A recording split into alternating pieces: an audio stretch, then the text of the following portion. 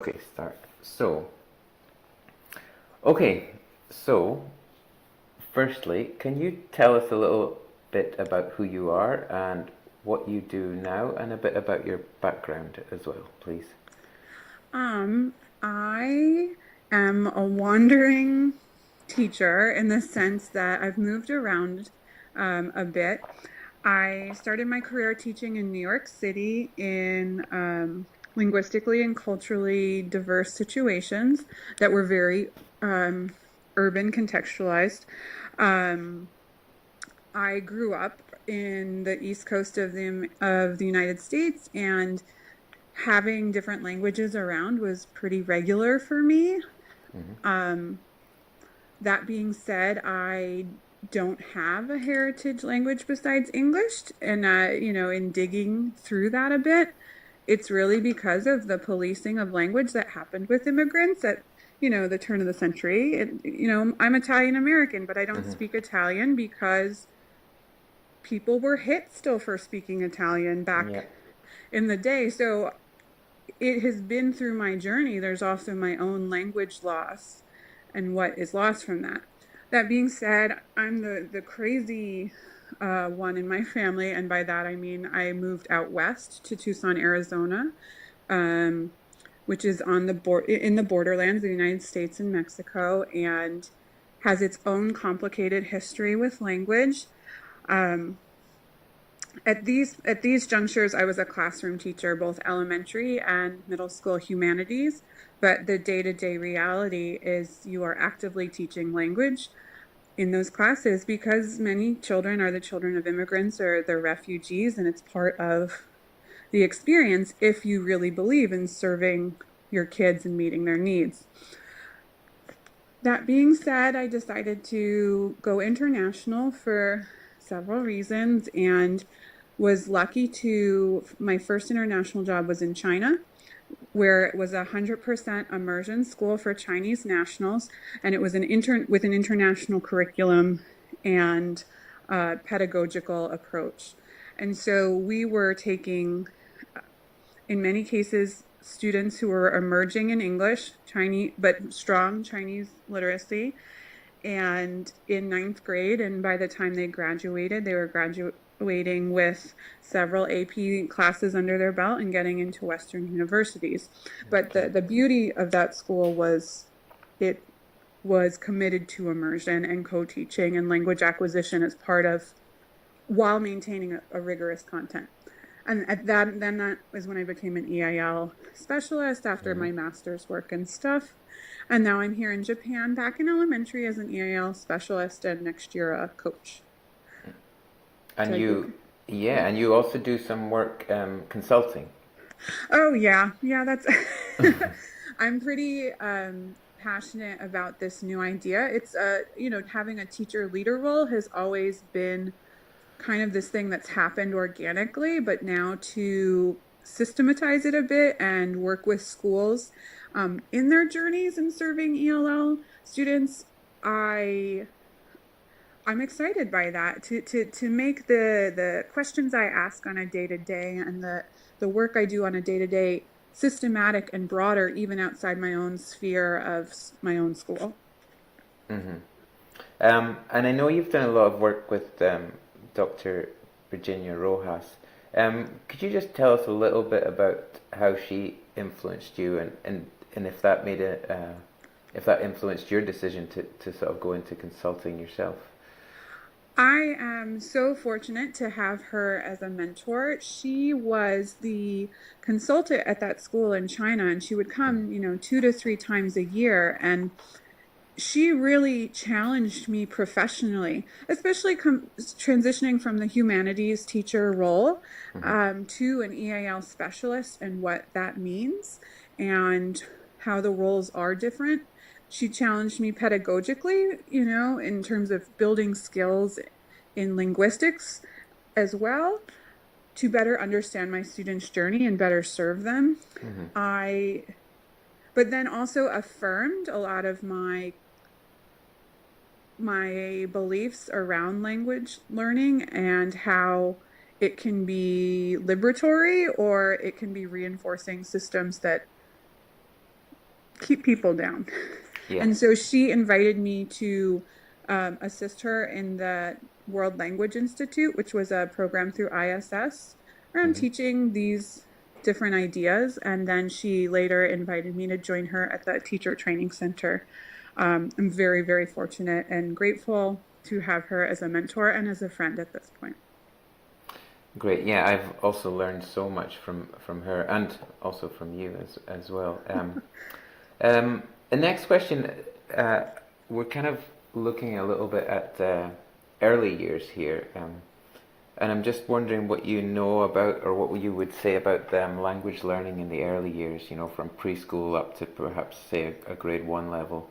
Mhm. Um, what does the research say about that? How does that look in schools and in early learning centers? I did my master's work at the University of Arizona, and Kenneth and Yetta Goodman are there. And so they deeply influenced my master's program. And so their work really looks at early language acquisition um, as a very organic, natural process. Yeah. And so as that intersects with, formal schooling, how can we recreate that language learning experience? Now, oftentimes, the first language acquisition work of like the Goodmans is siloed away from second language acquisition in because it's a different field per se. Hmm. But I am very interested in taking, and there's much smarter people that are doing this, but very interested in looking at those two bodies of work and finding the connections and intersections because they are saying similar things. But typically, we don't do that enough. Look at two bodies of Yeah. knowledge. Um, so I guess this sort of organic and authentic approach to that, for those of us that work in kind of inquiry and play based schools, um, do you feel like that's a good fit?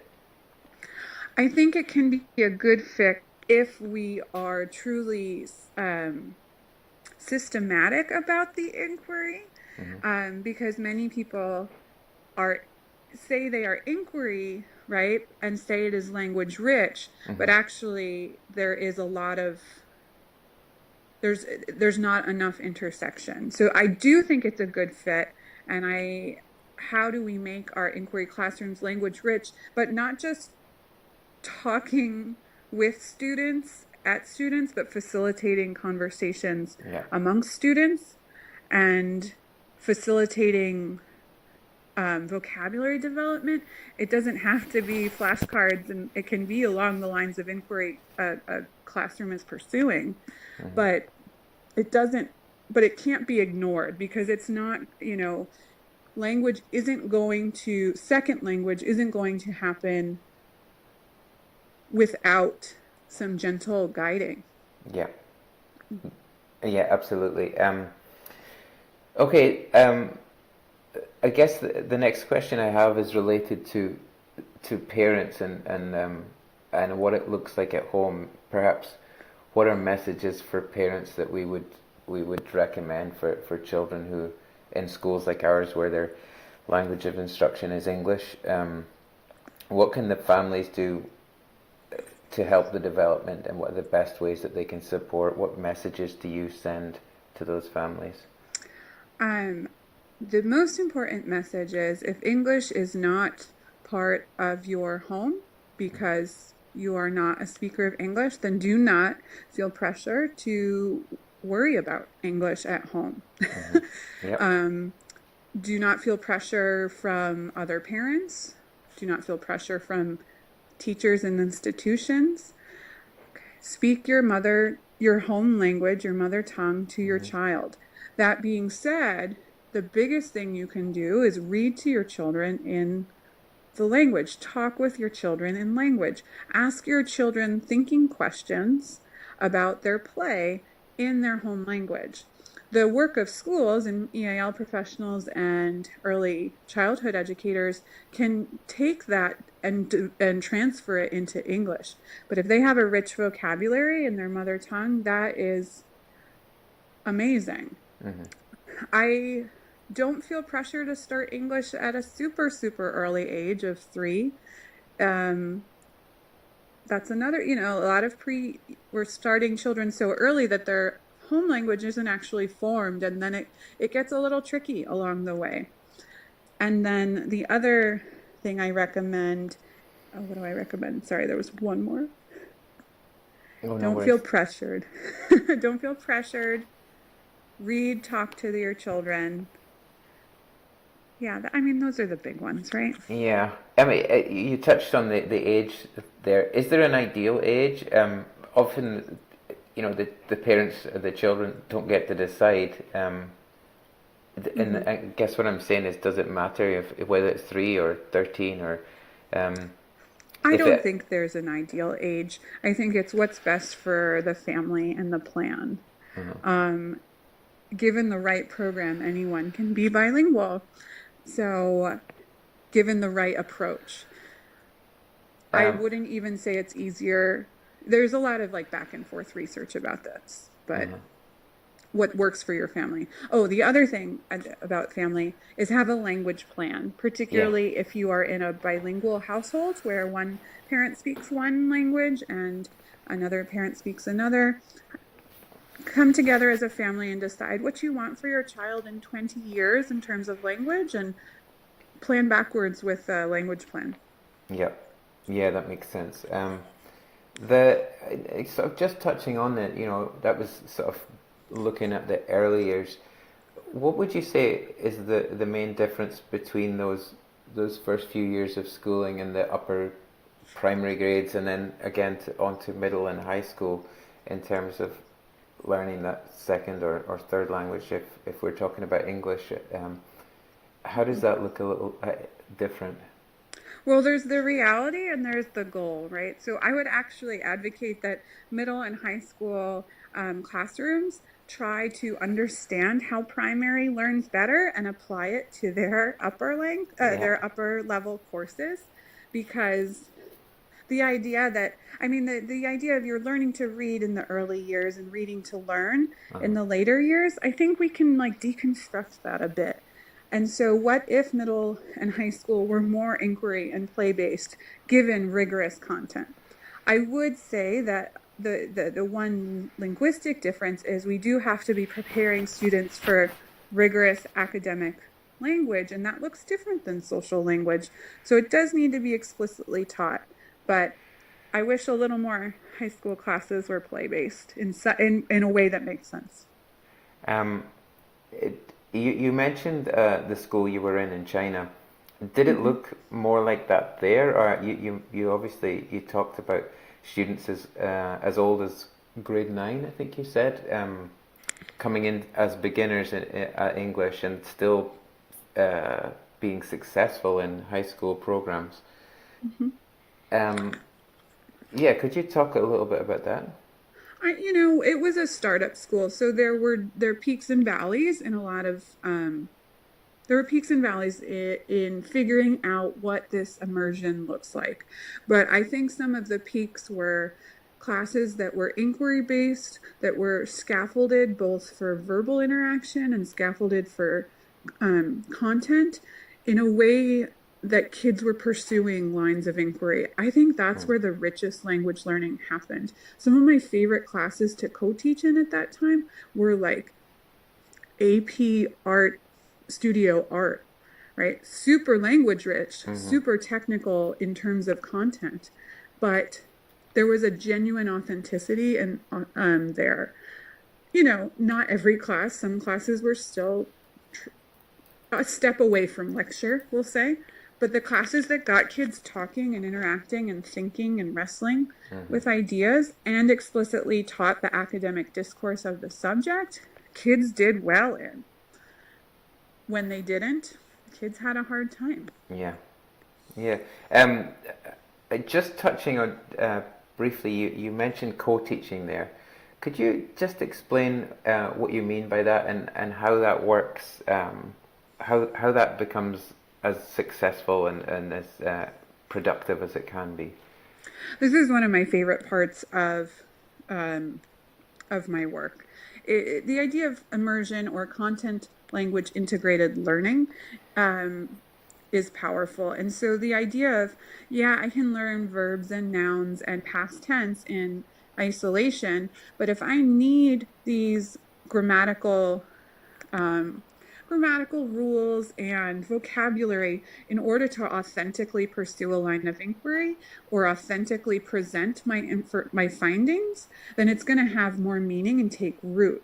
So what co-teaching looks like is it's actually co-planning, co-teaching, co-assessing, is someone specialized in my case, in EAL, and then the classroom or content teacher working together. The content teacher, has a curriculum to and content to explore, and then the EAL teacher thinks what language is needed to be successful in today's task or in the summative assessment.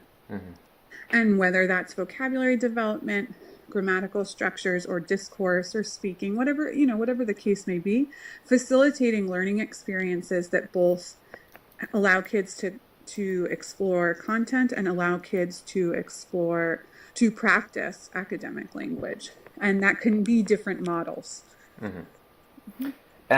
Would that happen at all ages, right from the early years, right up through high school, or is there a time that you think that's that's best policy that would work most effectively? I think all the way through. And again, just being mindful, you're not going to drill and kill any 6-year-olds on nouns and adjectives and verbs, but in a way that's authentic to the lines of inquiry. And so different models do work differently in the grade. So in early years, stations and centers is a really powerful co-teaching approach. If it's an open play-based inquiry time, then conferring is a strategy. So it really depends, and finding the co-teaching model that both matches the content, matches the children, and matches the teaching styles. It doesn't have to be the same all the time. Okay. Just a little change of topic here. Translanguaging. I know this is something that we've talked a lot about before. I wonder if you could give us a little explanation and of what that looks like and how that could be used most effectively for our language learners in our schools. Translanguaging is the idea of what bilinguals do already. When they are communicating, they are accessing whatever linguistic means necessary to communicate their ideas or given a situation. And bilingual and multilingual people have a lot of flexibility in that. The old outdated research is that a bilingual is the sum of two monolinguals, but it's actually a much more spherical interaction. And so translanguaging pedagogy really works on harnessing that brain power of what a bilingual brain is already doing. At its very, very minimum strategy is if a child has strong vocabulary or literacy in their first language, then when we are learning something new, then we can harness what they already know, just not in English. But that is really like the beginning of the tip of the iceberg with translanguaging. It's also helping kids do cross-linguistic analysis. So my sentences in this language have this structure, where my sentences in this language have this structure. And so when I make a miscue in English and I do something, I'm doing that because I'm thinking with my other brain. Getting kids metalinguistic about that. And then even at the upper levels, there's so many amazing bilingual and bicultural texts. Why does the author choose to go into the other language here? Even if it's only a line or two, what significance does that play? Why does the author do that? Like, there's so many levels of translanguaging and bringing that to the surface rather than kind of behind this curtain of a child's identity. Yeah, that's thank you. That really sums it up, and I think that's a really important part at the end there. And it's Dr. Ophelia Garcia who Yeah, is the lady, not me. yeah, I've learned so much from her writing. yeah. And I guess the research is still ongoing, and we're still finding out more. Um, Hmm. just kind of talking about the culture and the context and identity. Thinking about schools, uh, EAL or ELL programs, and um, how big a part do you think the context, the culture, the geographical location of the school influences what that should look like? You know, particularly international schools, Uh-huh. expatriates are guests in another country, and I think being aware of that is important. And being aware of the history of colonialism and language policing and that type of stuff, you can't neglect that history. So we don't recreate that, even if it's a softer, gentler colonialism. Mm-hmm. Mm-hmm. That being said, so how do our language programs honor, influence, and a global mindedness, which is part of IB and part of many schools' learning profiles? Uh-huh. How do schools, if it's there's a language majority, how do we authentically integrate that into the curriculum so it's besides foods and Flag Day? Yeah. um, those Yeah. are the questions of curriculum and honoring that. It can happen anywhere, whether it's 10 language learners in a school or a whole school of language learners, but there has to be a commitment to understanding multilingualism and understanding the kids. Mm-hmm. So there's a responsibility of the school, the leadership of the school, and of the teachers too, Hmm. to be part of Yes. that understanding and to bring that into the culture of the school. And it's how we talk to parents. It's how we Yeah. talk to kids. It's how we talk about kids in the staff room, right? There's so many decisions and ways of being in the air. Otherwise, like, I tell schools, we're not here to make little Americans Mm-hmm. in the schools I serve, right? Like, or I say, the sun set on that empire, right? Like, Mm-hmm. Yeah. we're supposed to be international. Yeah. Um, Again, just maybe touching on that. Hopefully, this is a link too. We talk so much about. I've heard this so often. Every teacher is a language teacher, um, and I think people say that, and I'm not sure. It just seems to roll off people's tongues, and I'm not sure how much they mean or what they mean by it, and how much they really understand what that means. What would you say that means? Hmm. If I don't know if that's still something that we would be saying, but can you just talk to that a little? So my New York sensibility would say, "Oh, it's a nice bumper sticker. You feel Yeah. good about yourself, right? Yeah. Prove it. Prove that every teacher is a language teacher."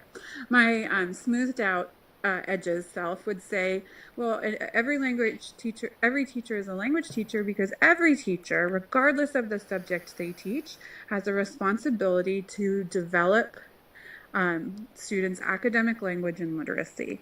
So, how students talk like educated scholars, how students write in the discourse of the content area, that is every teacher's job.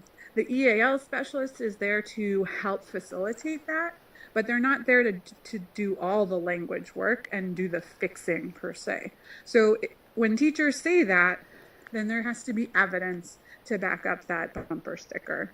And that is in every breath of the classroom, the classroom ecology, even when the EIL teacher is in another room. Hmm. How do you think, looking at from a leadership perspective, how do you think that accountability and that responsibility can be put in place in a school? You know, accountability is such a tricky word. It's a Mm. it's a trigger word for many teachers. I think we have to like connect back to the values of the international schools, and when we look at our schools' values, facilitating language development, honoring children's multilingualism is often intersecting with the values of the school. Mm-hmm. So leadership needs to, one, name it. We can't pretend it doesn't exist, that children are bilingual, because that's erasure in its own sense. Mm-hmm. And make it part of the value. I think they also need to invest time and money, because it's one thing to throw early language speakers into a classroom. It's another with no training for teachers. I also am very interested in the model of EAL specialists moving away from necessarily what we would call caseloads to working as coaches. There's a growing movement around that. So that would be an everyday practice. It's not just bring in a consultant for a day, a week, and call it done. It's always a question in every decision made. How does this impact our multilingual children?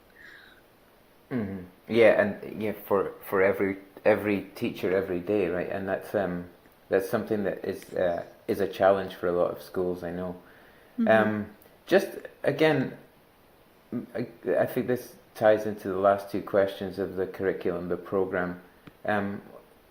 The question is a big one, and I don't know if it's possible to answer, because every school is so different in this situation, the numbers. Basically, the question is, what can schools do most to help language learners? What does the ideal program look like for you? And again, right from the early years, all the way up to, I guess pre-K to 12. What would you say if, starting carte blanche and we could have our dreams come true? What would that look like? It's not just the ideal, it's what research says is effective, both for the social emotional learning and the language and the equity issues, right? I have to say content language integrated learning is the one that has transformative possibilities, or immersion. That being said, that requires deep commitment to professional development. It doesn't necessarily require, this is not good for EAL teachers' jobs, an EAL teacher in every classroom, although, I mean, if we're wishing, right? Yeah. A full-time co-teaching situation is amazing, but it does require deep professional learning and expectation of educators. Yeah. And so having EAL coaches and facilitators, etc. I think that is what is authentic, what is natural, what can help facilitate safe, linguistically rigorous environments. Yeah. I think that sounds, again, ideal. I think it's difficult for some schools, isn't it, because of our restrictions, or what we say that are our restrictions. I wonder how much of those restrictions are bound by mindsets. Yeah, I think history and mindsets, we've always done it this way, and it's difficult for some people, I think, to see beyond what's in front of them. Yes. Yes. And I think, the mindset issue is a big one. So what again, if you're addressing a room full of leaders or teachers, what would be your message to them, teachers of children who are learning English? What's the big message, do you think? What's the one thing that we need to kind of remember and take away? Or that's maybe not a great question. No, I'm like, there's like a million little things. I'm trying to think of something that's like inspiring. Yeah, I was looking for inspiring.